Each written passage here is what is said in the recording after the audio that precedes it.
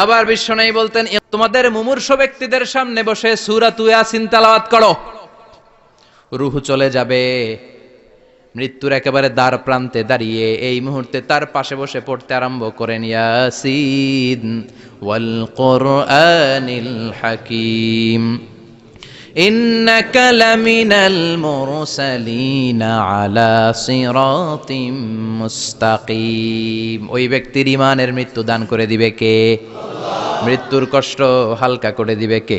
আল্লাহ। আবার বিশ্বনবী বলতেন, রাত্রিবেলা যে ব্যক্তি একবার সূরা ইয়াসিন তেলাওয়াত করে ঘুমাতে যায়, সকালবেলা নিষ্পাপ অবস্থায় তারে ঘুম থেকে জাগাবে কে? আল্লাহ। তাহলে এই সূরার মর্যাদা কম কম না বেশি বেশি?